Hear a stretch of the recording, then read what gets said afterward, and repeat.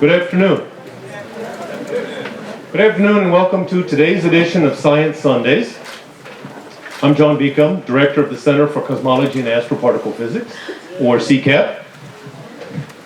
So the Science Sundays is a monthly free lecture series that you all know about, obviously. It's put on by the College of Arts and Sciences at The Ohio State University. It's organized by 8 sponsoring centers, of which CCAP is one. And we try to make these events broadly available for scientists, from scientists who are active to members of the public who are interested in what we do, all the way down to the next generation of scientists, the children who are here. And at the end, when we take questions, we'll prioritize questions from anybody under, say, 15.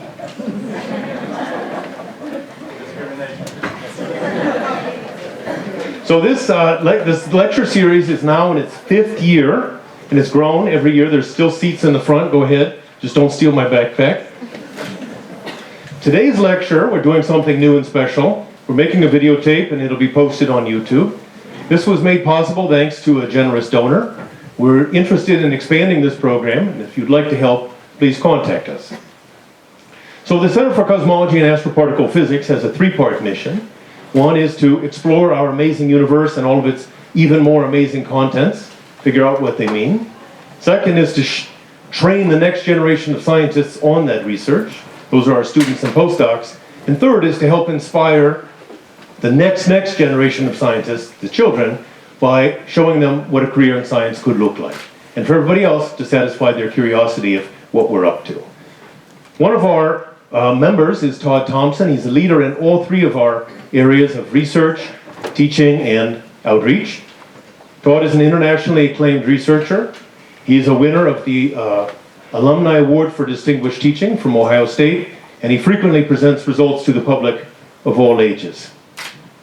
So let's thank Todd, let's welcome him, and we'll take questions at the end.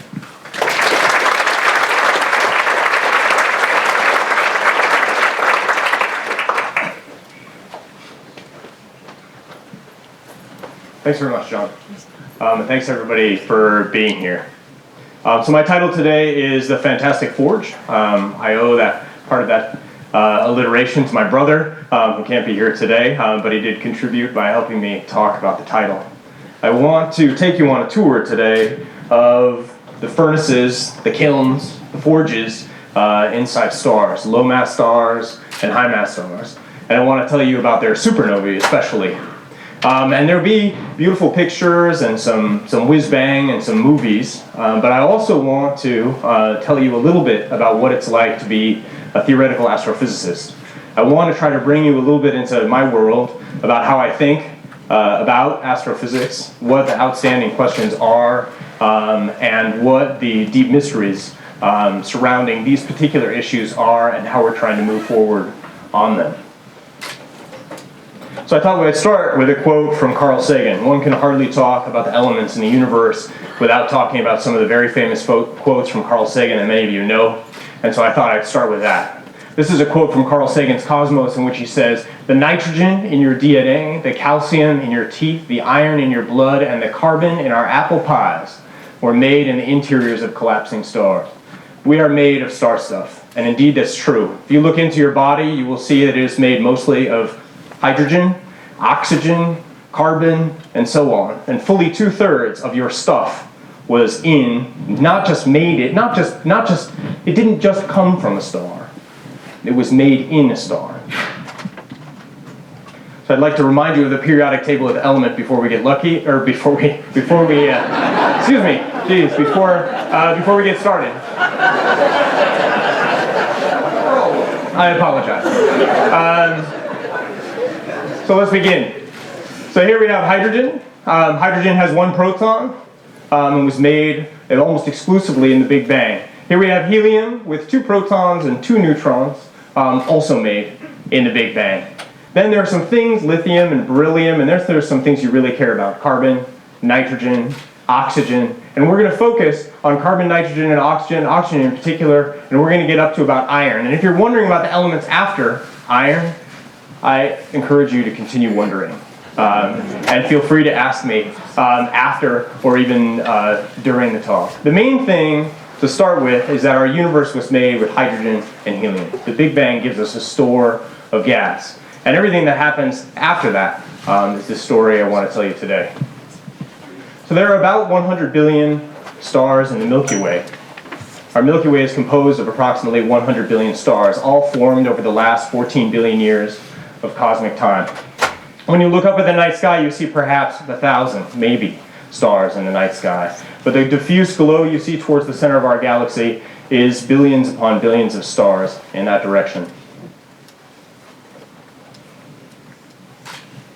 Clouds of gas, mostly hydrogen and helium, collapse to form new stars with a range of masses from 0.1 to 100 solar masses. So I'm going to use this nomenclature here of solar masses. So what I want you to think about is the sun is easy, that's one solar mass. 0.1 is a tenth the mass of the sun. 100 is 100 times the mass of the sun. And every year, gas is converted into stars in our galaxy. So our galaxy you should think of as this plate of orbiting gas, dust, and stars. And every year, some of that gas collapses because of the force of gravity to form new stars and collections of new stars like this beautiful star cluster. And their stars are always born with a range of masses. Some stars 1 solar mass, some stars 2 solar masses, some stars 5 solar masses, some stars 100 solar masses. And they have different evolution and different structure and different consequences for our physical world. So for example, most stars are like the sun. Many of the stars you look up, you see in the night sky are like the sun. And the most common type of star is a bit like the sun. And if my first question is, can you explain them? How would you explain them? How would you explain a star? You need to explain at least several things. First, its structure. Second, its energy loss and energy production. And third, its lifetime and its evolution. You'd like to explain all simultaneously. And how are you going to do that? Okay, well, as a theoretical astrophysicist, what you do is you first make some hypotheses. You first observe. You observe that the star is neither expanding nor contracting rapidly. And you say, well, I'm going to guess that pressure balances gravity everywhere. In this ball of gas, just like in you right now, gravity is pulling downwards. Gravity is always trying to make you fall. And you hold yourself upright against gravity, okay? Using your energy, your source of energy. For me, that source of energy is yogurt. I eat yogurt in the morning, for lunch, and in the evening, and as I do, I get energy, and my body takes that energy, and it allows me to keep myself up. A star has a different power source. It's not yogurt. It's instead a huge ball of hydrogen and some helium and some trace elements that always, always, always, at every point on its surface, at every point in its inside, wants to fall in. But instead, everywhere, it's supported. And it's supported by pressure. That is, the gas pressure. Okay, so we're going to first say pressure balances gravity. And the second thing we're going to hypothesize is that the energy source is hydrogen fusion in the core. And we're going to deduce implications of that. So the first is that the outward push of gas pressure balances the inward pull of gravity. And this is something I remind my students of, several of which are in the audience, and I will tell you now, because you might not think that you could do theoretical astrophysics. You may never have done theoretical astrophysics in your life, and indeed there are some aspects of theoretical astrophysics that are very complicated and take a while to learn. But when you write down a sentence like this, the outward push of pressure balances the inward pull of gravity, I want you to see that you're incredibly close to making an equation. You're very close to making an equation. Well, if you're just bold enough to write that down, you've written an equation. And so the first thing I want to say is that oftentimes a simple declarative sentence is an equation that you can then turn into something that you might not have believed was even possible. For example, this says that the outwards force equals the inwards force. I always tell my students when they know something like that, they should write it down. Because if you just take an equation like that, you can expand it a little bit. You can add in the little pieces. You could say, well, that inwards force is gravity. That's going to have something to do with the mass and size of the body. It might have to do with some physical constants of nature. Whereas the left-hand side of that equation says the force outwards, which is this pressure, this hot gas. If you take a flame and you heat the gas in this room, the pressure will increase if its temperature increases. If you increase its density, its pressure will increase. And many of you might even already be having flashbacks to high school chemistry when you learn something like PV equals NKT, or P equals nRT, or PV equals nRT, or P equals NKT, or something like that. But there were T's and densities and so on that related pressure to temperature. And so we could take this, and I want to show you how easily it is to deduce something you didn't already know. If you say that the outwards pressure, the outwards force is pressure times area, it's like a balloon. Imagine a balloon. You have gas inside the balloon that's pushing out against the balloon. The pressure times area. And then you take mass times acceleration, which is the definition of force. Newton said F equals ma, F equals mass times acceleration. And then you write down the area for a spherical star, which is 4 pi r squared. And you write down the mass, and the acceleration you write down as the gravitational acceleration. This one you need to know some physics to do this. Okay? But I just want you to see something. If you know the radius of the sun, and you know pi, and you know 4, and you know big G, which the Google will tell you, and you know the mass of the sun, which we do very well, you can invert this to find the pressure at the core of the sun. It's really that easy. And if you do that, you will deduce that the temperature in the core is approximately 10 million degrees Kelvin. The surface temperature of the sun is 6,000 degrees Kelvin. The temperature in this room is a few hundred degrees Kelvin. But the core, just from this simple theoretical argument, this is pure theory here, we assert a principle, which is what technically is called hydrostatic equilibrium, but outward pressure force equals inward pull of gravity, and we deduce something that I bet many of you did not know. We'll come back to that. Then we say hydrogen fusion in the core. Well, how does that actually happen? Hydrogen, what is hydrogen? Hydrogen, forget about the electrons. We don't care about the electrons. We don't care about electrons for this entire lecture. Electrons are for chemistry. Okay? A hydrogen is just a proton. And we want to take a bunch of hydrogens and we want to make them into something with fusion. How are we going to do that? Well, the first problem you run into is that like charges repel. So if you want to get protons together to do something, you have to work very hard because they're two positively charged particles. You have to bring them together. And that takes an incredible pressure, an incredible force to do that. If only you had such a big force around, maybe you could get a bunch of these hydrogens together and turn them into a helium, but then you have a different problem. And that's, you remember that helium has 2 protons and 2 neutrons, okay? But you only have protons on this side. So how are you going to take protons and convert them to neutrons? And supposedly you're going to have energy because after all, when we walk outside on a sunny day, maybe not this sunny day, it feels warm, okay? So how to get protons to combine, how to change protons into neutrons, and where does this energy come from? And so here's the amazing thing. There are a bunch of amazing things. First, you find that if it is hot enough, protons can actually get close enough to fuse. If you want to fuse, the reason why fusion is not happening in this room is because it's not hot enough. It's probably not dense enough too, but it's not hot enough. Okay? And if you could only heat this room up to 10 or 20 million degrees Kelvin, we might be able to have fusion. That we would die instantly, but anyway, you would at least have fusion. Okay? And what you find is the same number. In order to get protons to fuse together, you need to be hot, about 10 or 20 million degrees. Next you find protons can change into neutrons in a nuclear reaction by emitting an anti-electron and a neutrino. Okay? And the details of this are actually quite complicated. In fact, these couple words right here, prediction and confirmation, could be their own talk. And in fact, John Beacom, who's here, is an expert in this issue exactly. So let me break it down slightly. If you change a neutron, if you change a proton into a neutron, you produce this thing called a neutrino. Right now, there are millions of neutrinos flying through every square centimeter of your body. Millions of them. Every square centimeter of your body from the sun. They're going right through you, right through the Earth, and they're all produced by fusion at the core of the sun. And so here's the thing, if you believe that the sun is powered by whatever this reaction is, then you assert that in the process of changing protons to neutrons, you emit a neutrino. And if there are neutrinos coming through right now, millions of them per second, you might be able to detect them. And that makes a prediction. Okay? And this is the kind of thing I look for when I'm doing theoretical astrophysics. I think first I'll do an estimate, like the estimate I showed you, that says the core temperature of the sun is 10 million degrees. Then I find I need to make a prediction, which is there are neutrino after neutrino after neutrinos coming through this room right now. And then I can confirm that prediction by actually detecting those neutrinos. Where does the energy come from? It comes from nuclear binding energy. Helium wants very much to form. if you can get the atoms close enough. Okay? And where does this energy come from? This nuclear binding energy, I want you to imagine that you have particles, and if they get together, they kind of fall together and release energy. Not unlike this book. Is the book bound to the earth? If I let it go, what will happen?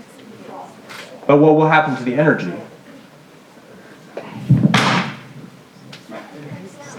Good, the energy comes out.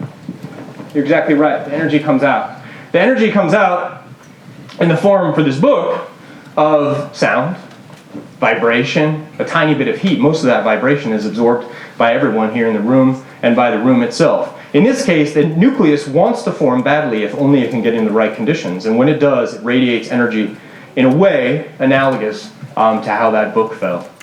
So the helium wants to form and is strongly bound. And this energy, this most famous equation in all of physics, which is that energy is directly related to mass by the speed of light squared, gives you a way to convert some of the energy in this interaction, some of the mass in this interaction into energy and vice versa. And this implies that the lifetime of the sun will be 10 billion years, and it implies that this interaction can be better written as 4 hydrogens, that is 4 protons come together to make a helium nucleus, produce energy, and produce neutrinos. And I want to highlight these neutrinos because this is how you know that I'm not making this up. I'm telling you stuff about the core of the sun. We derived that the core of the sun, you and I together derived that the core of the sun was 10 or 15 million degrees Kelvin. Why should you believe that? Why? You should believe it because we can do a test. We can look for the neutrinos that come out of this and related interactions that are happening in the sun right now. And we can see that there's literally a one-to-one correspondence between every single neutrino that comes out and every fusion interaction that happens in the core. And that's why you should believe me. Now, what happens after hydrogen fusion? After hydrogen fusion, it turns out there's helium fusion. So the star eventually runs out of hydrogen. Star starts with a certain mass, say 1 solar mass like our sun. It burns through the hydrogen. Where does the hydrogen go? Well, it goes into helium. What does the helium do? Nothing. Helium sits around. Nothing happens to the helium for a while. It's only when the star starts to run out of hydrogen that it collapses and gets hot enough to burn helium. And why do you care about that? You care about that because you care about carbon and oxygen. This is the first time carbon and oxygen makes a step. We've taken one step on the periodic table from hydrogen to helium, and then from helium to carbon and oxygen. If you take 3 helium nuclei, you can convert them via a series of interactions into carbon and oxygen and energy, and yes, again, more neutrinos. And this is actually the end of the story. It's actually kind of a boring story for low-mass stars. Low-mass stars like the sun basically ends here. The star, at the end of forming a carbon-oxygen lump in the center, nothing happens after that. It throws off its outer layers, and it makes fuel for new stars. So here's a picture of a star with a central white dwarf and an outer layer blowing its outer layers off. And this thing is this white dwarf I'm going to refer to as made of pure carbon and oxygen. And what happens to that carbon and oxygen? It does nothing. That white dwarf basically cools off for all eternity in space. If you chuck it into space, basically it starts out hot, cools off more. Similar to what would happen to you if I threw you into space. Okay? You start off warm, you cool off very rapidly, and then you cool off more. Okay? And that happens forever. And a star like the sun leaves behind a 0.6 solar mass white dwarf. Well, why is that number interesting? That number is especially interesting because it leads to the first sad story in all of astronomy. There are actually many sad stories in astronomy and astrophysics, and this is the first sad one. Imagine you start with a universe filled with hydrogen and helium. Okay? And then the hydrogen-helium form stars, and that'll leave behind this thing called a CO white dwarf. And every time you make a 1 solar mass star, you leave behind a 0.6 solar mass white dwarf that does nothing. Well, that means that 0.6 solar mass white dwarf just sits there forever. The 0.4 solar masses gets flung back off and gets incorporated into a new generation of stars. But you can see very quickly that the universe runs out of gas. The universe does run out of gas. The universe starts with a supply of hydrogen and helium from the Big Bang, and it works its way through it. The total amount of gas in the universe is decreasing because objects like this white dwarf are forming, and they do nothing. Okay? Nothing at all. And that's the end of the nucleosynthesis, or the production of the elements in low-mass stars. Now there is one way, an important way, for this white dwarf to undergo a transformation, a transmigration. It changes from one thing into another thing. And this happens when you do what what my observer friends do, and you look out into space. Okay, so far we've been talking theoretically, but if you look out into space, do you know what you see? You see white dwarfs exploding in gigantic supernova explosions called white dwarf supernovae. Okay? And so this is the way you can make another step. You take a normal one solar mass star, like the sun, it does this thing, it does hydrogen fusion, it does helium fusion, leaves behind this carbon-oxygen white dwarf. What happens if that star is in a binary system with another star? Okay. So imagine, if you will, that the sun is not a single star, but instead a binary star, two stars evolving. And then the sun evolves, and it becomes a white dwarf, like this little guy right there. That little thing is a white dwarf next to a very famous star called Sirius in the night sky, one of the brightest stars in the night sky. And Sirius has a buddy, and that's its white dwarf buddy. And this star already evolved, already did what I just told you, already burned through its supply of hydrogen, all the way through its helium, and produced this carbon-oxygen white dwarf. And the question is, what will happen when Sirius swells up at the end of its life?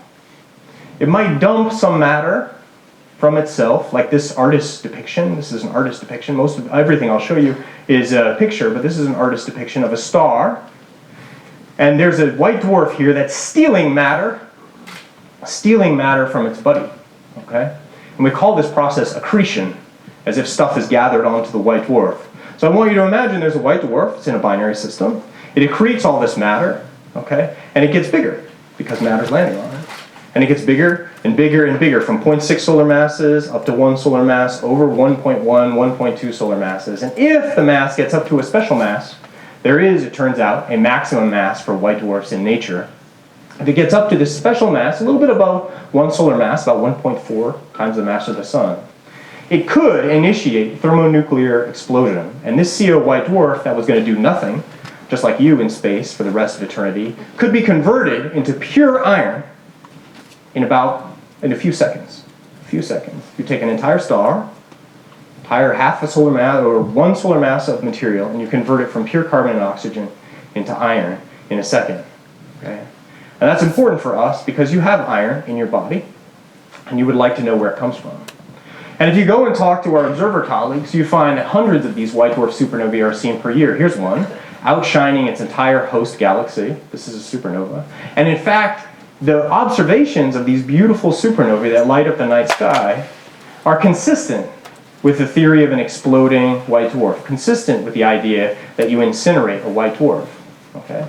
But the story I just gave you, the story of a big star swelling up and dumping its matter onto a binary companion, is wrong. It's wrong. Okay? How do we know that? Or at least we know part of it's wrong, or at least in some circumstances. I'll just give you some idea of this. So here's a cool movie. Okay, let it play again. And what you're seeing here is that imagine the story I just told you was true. Remember, you're a theoretical astrophysicist now, so I want you to think that way. Imagine the story I just told you was true, and that there was a white dwarf over here where the star is, and it was accreting matter from its companion star that's here. You'll see it's undisturbed at the beginning, and then is violently disturbed, okay, when it'll reform here, right there. That star is donating matter onto this, but then that star gets so big that it then explodes, like I just told you, the story I just told you. If that were true, then we would expect this big boom here to rip the outer layers of the hydrogen off of this star from the companion.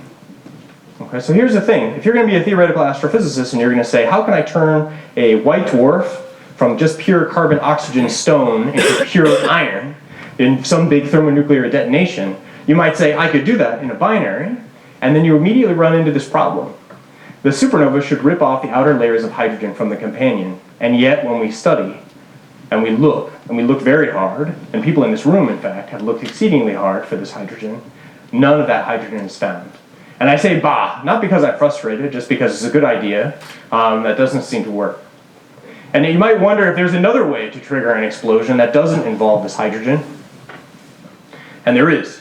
So theorists, this is what happens. Theorists go and they try to think up ways.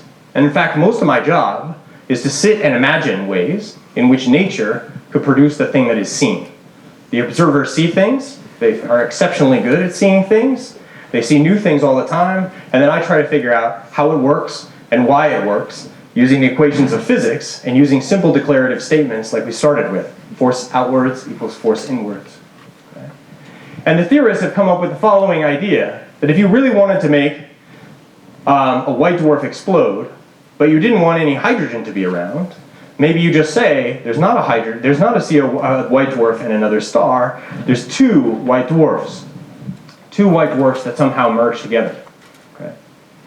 And this is just showing a simulation from Raskin of two white dwarfs merging together, our theoretical picture of how two white dwarfs would merge together. There's a bigger white dwarf and a smaller white dwarf, and they merge together, and the idea is that when that happens, and it should happen a lot, in fact we see these binary white dwarf systems, and we see that they should merge, the idea is that maybe that will trigger a supernova. And unfortunately, the jury's out. We don't really know. Or fortunately, depending on your perspective. The theorists don't really know whether this will in fact trigger a supernova. An idea people are just exploring now is that a white dwarf binary in a triple system, actually with another star, if you can imagine it, two white dwarfs going around each other, and a third star going around that, might actually cause these two white dwarfs to physically collide into each other, and that might trigger an explosion. And why are we doing this? We're doing this for a couple reasons. One, we'd like to know the origin of iron. Two, we'd like to be able to explain these massive supernovae we see all over the universe going off every night. Okay? And so the question is, how is the explosion triggered? We see these CO white dwarfs, we see these white dwarfs exploding, and they're completely consistent with the idea that somehow, some way, a white dwarf was exploding, okay, into iron. But we don't know how the explosion is triggered. What are the stakes? Most of your blood, most of the iron in your blood, most of the iron in the universe comes from here. So when you look at the red of your blood, if you prick your finger, those iron atoms came from this type of a supernova explosion. This is actually exploded white dwarf guts in a supernova that was seen by Tycho Brahe. So the supernova was seen. Tycho Brahe, the story says he was walking home, and he looked up in the sky and saw what he thought was a new star. And we train our biggest, most awesome X-ray telescopes on this region of sky right now, and this is what we see, which is hugely iron-enriched explosion guts of a CO white dwarf. And you would like to know, was it another binary star? Was it two white dwarfs that merged together? Was it the third star? And we don't know the answer to that. The answer at this moment is, I would say, completely up in the air.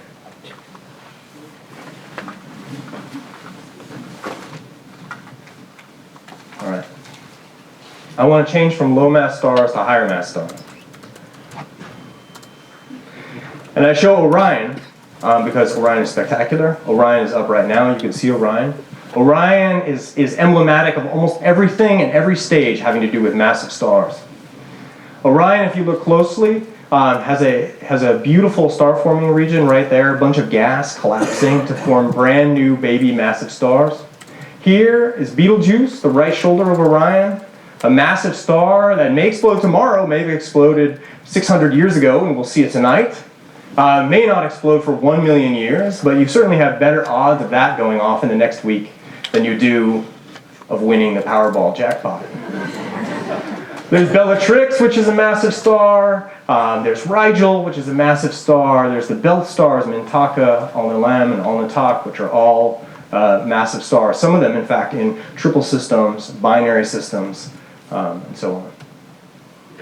Okay.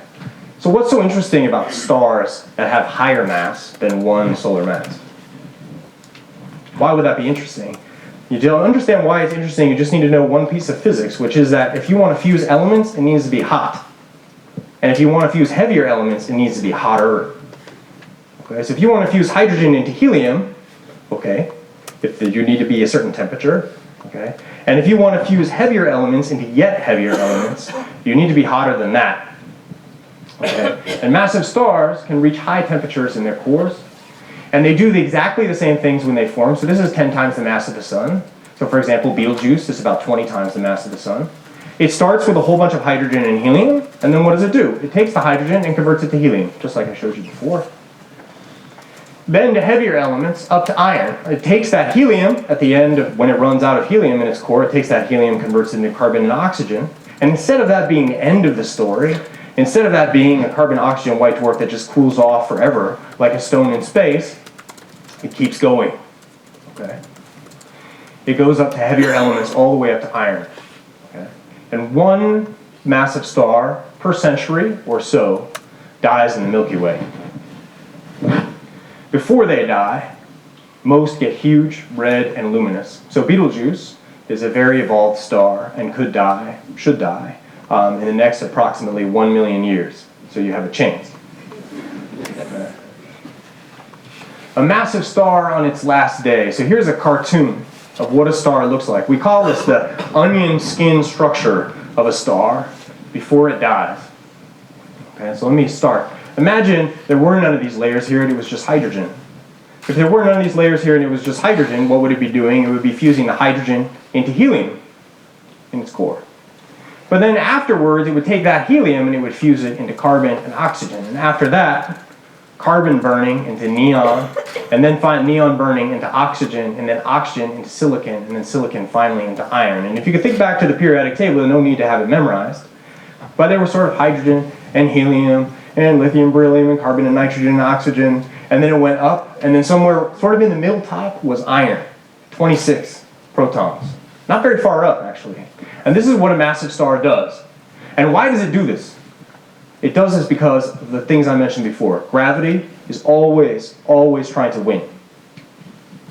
Just like you. If you trip on your way out of here, gravity will try to win.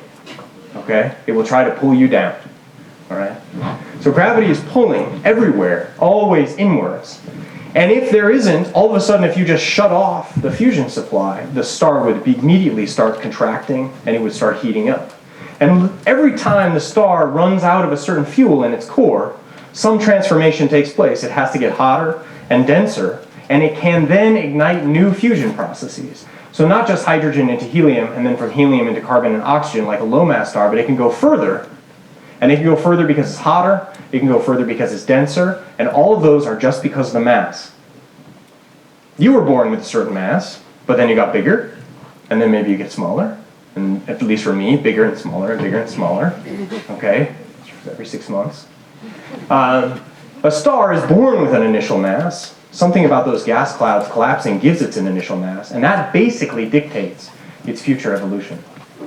And the things I want you to notice here are carbon, oxygen are right here, including the elements of existence, namely your fats, right?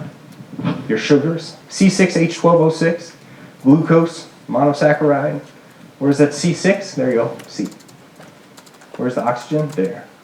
Okay. Where's the hydrogen? Well, the hydrogen is where we start out with, and the star will eventually eject all this hydrogen. Okay. And I love this quote also from Carl Sagan, and since I was going through Carl Sagan quotes, I decided to include it. If you wish to make an apple pie from scratch, you must first invent the universe. And it's true. You need to start with a bunch of hydrogen and a successful Big Bang. You need to let massive stars form from clouds of gas in galaxies. You need to let them evolve, forming hydrogen to helium and so on, all the way up, and then you need to let them die. And only then can that material be ejected and form new stars and planets and people who are interested in apple pie. All right. Now I want to talk to you about the last few seconds, really the last moments of this massive star. Okay. Massive star on its last day starts with a big ball of silicon in its core. And what is it doing? It's taking those silicon atoms and pushing them together to make iron. And why is it doing that? Because gravity makes it so. It drives its temperature to such an extent that the silicon has to fuse into iron and is trying to hold itself up in hydrostatic equilibrium, trying. Okay, and in one single day, it converts its entire core, about 1 times the mass of the sun, or maybe 2 times the mass of the sun, from pure silicon into pure iron. And when that happens, it reaches a horrible impasse. And the horrible impasse is that you may not go beyond this. At least normally in a star, you can't take iron nuclei and put them together and get energy. In all the other phases before, remember I even wrote it down, I had a bunch of hydrogens and then a helium and then I had energy and neutrinos. Okay, and the energy is what's holding the star up. Okay, but in this case, you don't get any energy out. If you try to fuse iron together, it won't work. You'll get an, you can't liberate any more of that nuclear binding energy I told you about. And the iron nuclei begin to dissolve as it gets hotter and hotter and hotter, and the whole thing collapses because gravity always wins. Gravity always wins. Somehow, that collapse leads to an explosion. Okay. And how do we know that? We know that because we see massive stars explode. We see individual massive stars like you see Betelgeuse. We see them, and then later, we watch them die. Okay, and this is a picture from the southern hemisphere, which shows the large and the small Magellanic Clouds. And in particular, a star in this particular little satellite galaxy to the Milky Way exploded in the late 1980s. And we watched it die. And this is it. So here's a star known to be, roughly speaking, about 18 times the mass of the Sun, in the range we would think would go through all of the evolutionary stages I just showed you, and which should die at the end of its life, and which looked a little bit like Betelgeuse. The astronomers in the room will say that it was blue instead of red, true, but anyway, we knew that it was an evolved star. And this star gets to the end of its life, and here, February 23rd, 1987, I was 12. It exploded. Okay. And we saw the light emitted, and we saw the star die, and we've been following the evolution of that supernova since. So we know that massive stars die. And we're not the first to see a supernova. Many have seen massive star supernovae before us. In 1054, the Chinese, during the Song Dynasty, saw a new star in the sky, just like Tycho saw a new star in the sky, except this was not a low-mass star that turned from a white dwarf into a supernova. It was a massive star that turned into a supernova. And we know this because if we point our telescopes at the location where this bright guest star was seen in the sky, which was visible in daylight for 3 weeks, we see the inside exploded star guts of a massive star, rich with oxygen, iron, and other elements. Betelgeuse, you can look for it tonight. Okay, it's still up. Its supernova would be as bright as the full moon for weeks. Could happen. Could happen anytime. Hopefully in the winter, and that way we'll have something like Knot Night for several weeks. All right? Should be watching. So what's ejected? We see these supernova remnants, that's what we call them, supernova remnants. The exploded star guts. Technically, we don't say exploded star guts. We say ejecta. This is a picture of the ejecta from a exploded massive star. Went off in sort of the mid to late 1600s, called Cassiopeia A. And the thing I want to show you is that this particular picture is a picture of silicon. We can take a picture of the silicon atoms and the oxygen atoms flying outwards. And so if you wonder, and you should, where the silicon in your iPhone comes from, your cell phone, it comes from here. It comes from this. Now this is flying out at 20,000 kilometers per second, so we only need to multiply that by 3,600 to get kilometers per hour. This is a big number. I don't know, 70 million kilometers per hour, something like that. And so this blast wave goes flying into the galaxy, and all those silicon atoms get mixed up with the rest of the galaxy over time. And that's what we see when we look out at the galaxy at large. We see supernova remnants overlapping on top of other supernova remnants, and all of these metal-rich, silicon-rich, oxygen-rich material flying out into space, overlapping with the other material that's already there, the hydrogen and the helium, and then that coalesces into new stars, new planets, and new people with their deep interest in apple pie. So what's left behind? Well, there are lots of things that are left behind. There's first the guts, the ejecta, which you see blowing out here. And there's also sometimes this thing called a neutron star or a pulsar left in the middle, sometimes a black hole, which you may want to ask me about. My job, I have a bunch of jobs, but one of the things I do is I try to make supernovae happen. So one thing I do is I sit around and I try to imagine physics that could explain how these massive stars explode. And in order to do that, it's quite like the Carl Sagan quote, in order to make an apple pie, first you have to invent the universe. In order to figure out how massive stars explode, we have to begin from the beginning. we first have to understand how massive stars evolve, which I summarized in one diagram about how hydrogen is converted into helium, helium into carbon, oxygen, and so on. Then we need to write down all the equations that describe this physics, and they're equations that can be stated as simple declarative sentences like I showed you. These forces balance. But another one is like energy. Energy is conserved. The energy going into the system is equal to the energy coming out of the system. Momentum is conserved.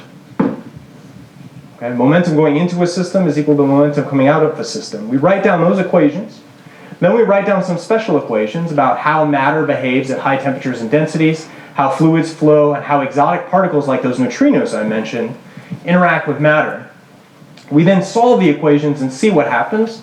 We make predictions and we compare with observations. And our best guess right now is that when that iron core is collapsing, when it's finally lost its final battle with gravity, we believe, or we think that, I won't say believe, our guess is that an intense stream of neutrinos from the neutron star heats the matter so much that it explodes. And I write down this chemical reaction here because many of you have heard of neutron stars. Neutron stars are actually the things that form in the center of the massive star during the explosion. And you might wonder how all of this matter gets converted into pure neutrons. And I wanted to show you that if you have iron, iron is composed of neutrons and protons and electrons. And you're going to get rid of all those protons by combining them with electrons. You take an electron, you combine it with a proton, and you make a neutron. And you also make a neutrino.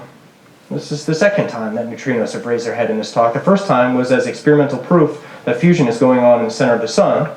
And here, it's that we predict that when the iron core collapses, all of these electrons should combine with protons, should leave behind a neutron star, and should radiate a huge number of neutrinos. And the number of neutrinos radiated should be something we can predict because we know how much iron, how many protons and electrons there were when the thing collapsed.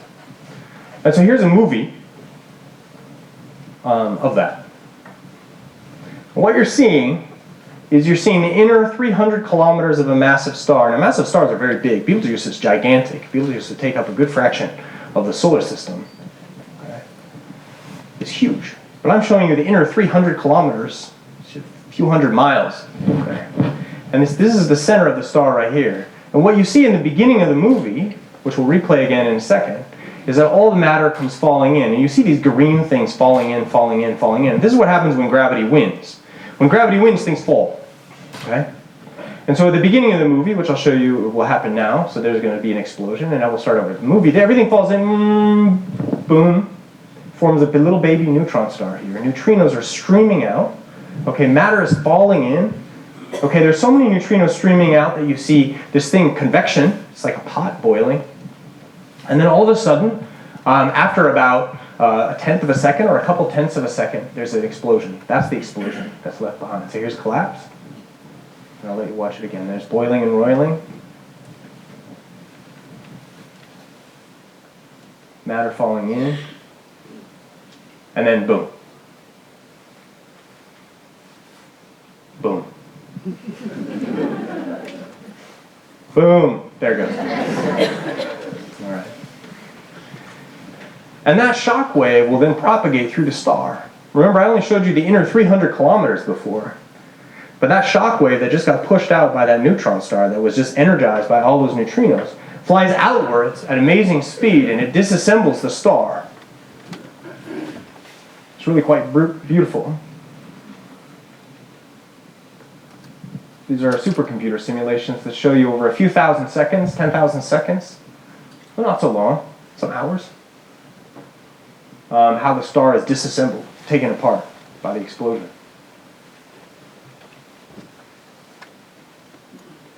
And all of that is powered, at least in this picture, by these neutrinos that are streaming out from the central core. You have neutrinos, of course, like I said, millions and millions passing through every square centimeter of your body, but none of that is happening to you. And that's good. Okay, and the reason is that you're not nearly as dense as this region down here. This region, the densities where I was showing you, where those neutrinos are doing their interactions, are 1 trillion or even 100 trillion times your density. Your density is the density of water. It's 1 gram per cubic centimeter. This matter is 100 trillion times or 1 trillion times more dense than that. And that's why the neutrinos can do such damage. The question, how do massive stars explode? The stakes The oxygen in the air you breathe, the water you drink, and the sugar and the fat you eat comes from here. You've heard the law of threes? Law of threes. You can live for 3 weeks without food, 3 days without water, 3 minutes without air, 3 seconds without hope. Oxygen plays a vital role in probably all of those. Okay? The food, the water, and the air. The answer is unknown. I made it just look like it was known because I showed you some simulations that exploded. I showed you simulations that actually worked. Okay? Truth is, I did that mostly for pedagogical purposes and also because it's no fun to show you duds, things that don't do anything. The truth is that most of the models fail.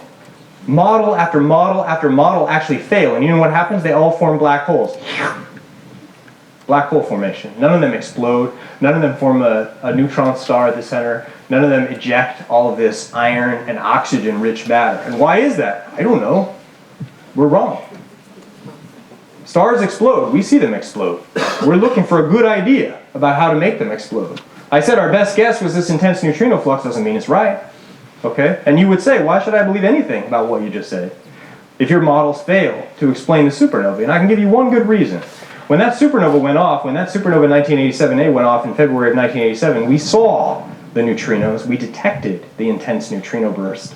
And the energy of those neutrinos, the time it took for them to be emitted, okay, and the total amount of energy we received in neutrinos, all almost exactly matched our expectation from these models. So the models that predict the neutrinos that we saw from a supernova that actually exploded failed to produce the supernova. That means that something's missing. What's missing? I don't know. I don't know. And I would claim that most people don't know.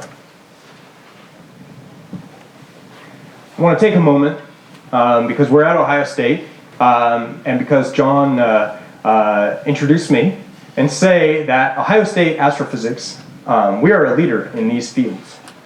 We have some of the world's experts in stars and stellar structure, in neutrinos and their interactions, in supernovae, the observed properties of supernovae, supernova remnants, nucleosynthesis, the origin of these elements that I've been talking about, observations and discovery. I've been focusing on the theory, but I want you to know we have a cadre, actually quite a large group of people. And to give you two quick examples, we right now are engaged with Professor Chris Kachanik as the PI, looking for the first search for massive stars that collapse to black holes. You might think that we've seen stars collapse to black holes. No, we have not, and we are looking for them.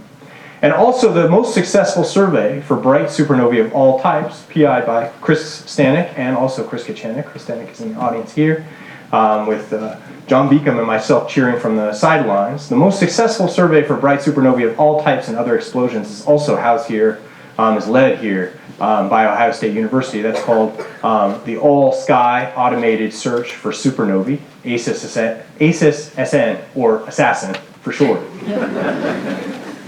And we're all supported by and take some inspiration from the people and resources at the Center for Cosmology and Astroparticle Physics here at Ohio State.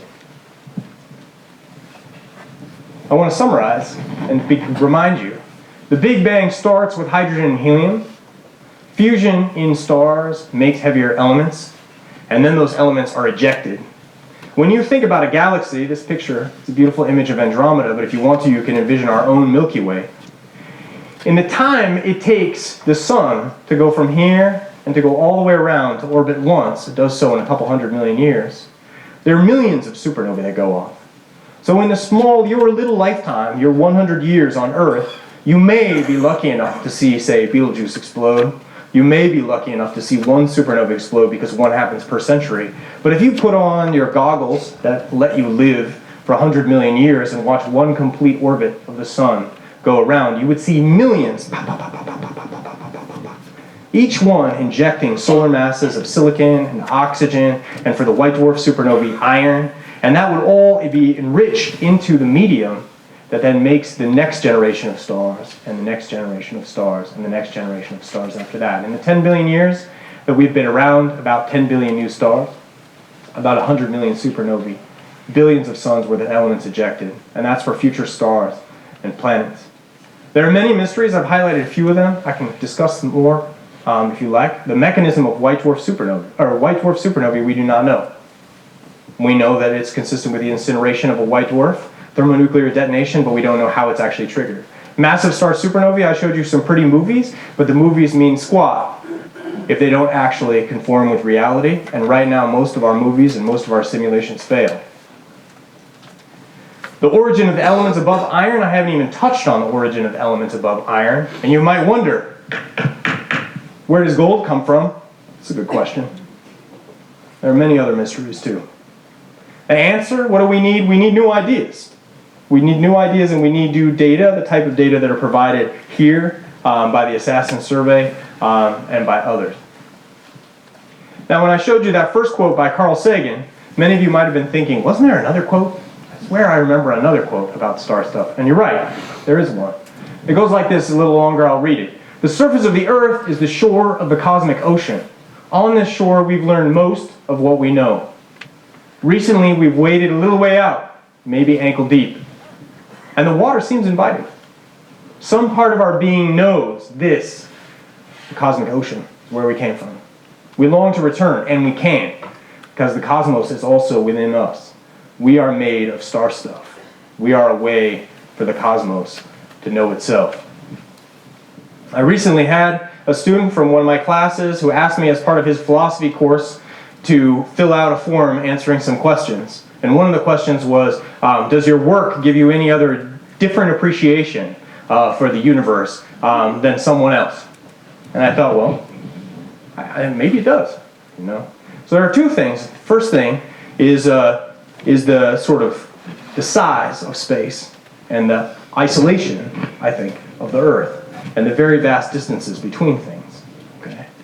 But also there's a certain connectivity to the rest of the universe. And this is embodied not just in Carl Sagan's quote here, but in other Carl Sagan quotes and in other quotes by Neil deGrasse Tyson. You can go and you can Google the most astounding fact, and Neil deGrasse Tyson puts it better than I will. But what he says, and what I want to say, and what Sagan said before me, is that you should feel a deep connection between yourself and the stars, yourself and the universe, because you are star stuff. A very, very large fraction of everything in your body came from stars, and the rest came directly from the Big Bang. So I've tried to communicate some of that to you, and I hope you've enjoyed it. Thank you very much.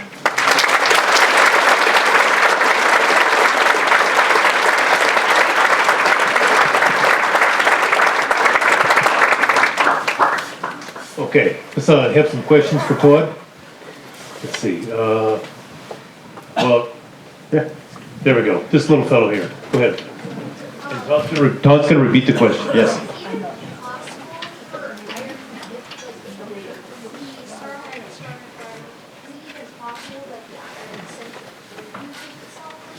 So if you try to push the two irons together... Repeat the question. So the question is it possible for the iron to fuse together if the star was maybe massive enough, or if there were some extreme conditions? Could the iron fuse together? And the answer is you can fuse it. You could kind of push two irons together, but you won't make a heavier nucleus. What happens is actually the whole thing will kind of dissolve into a bunch of gook.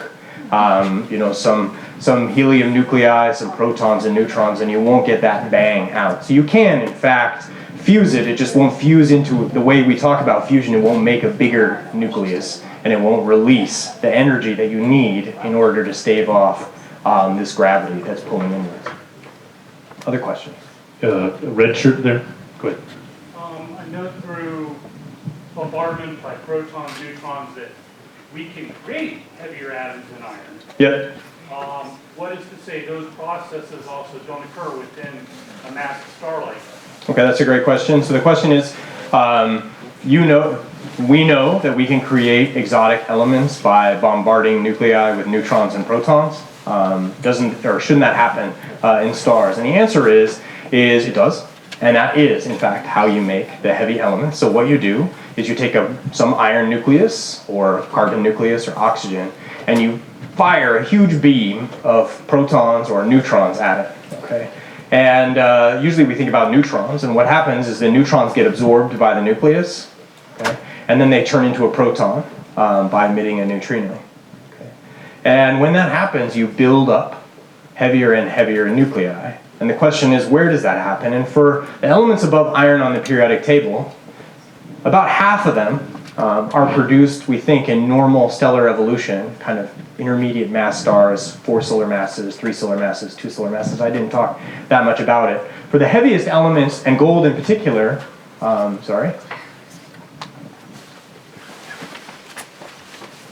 here is this same movie,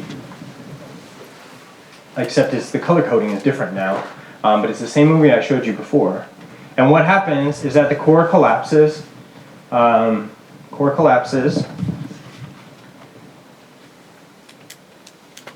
Sorry, technical error. All right, I'll skip that. The point is that I want to go back to the other movie. The whole thing collapses.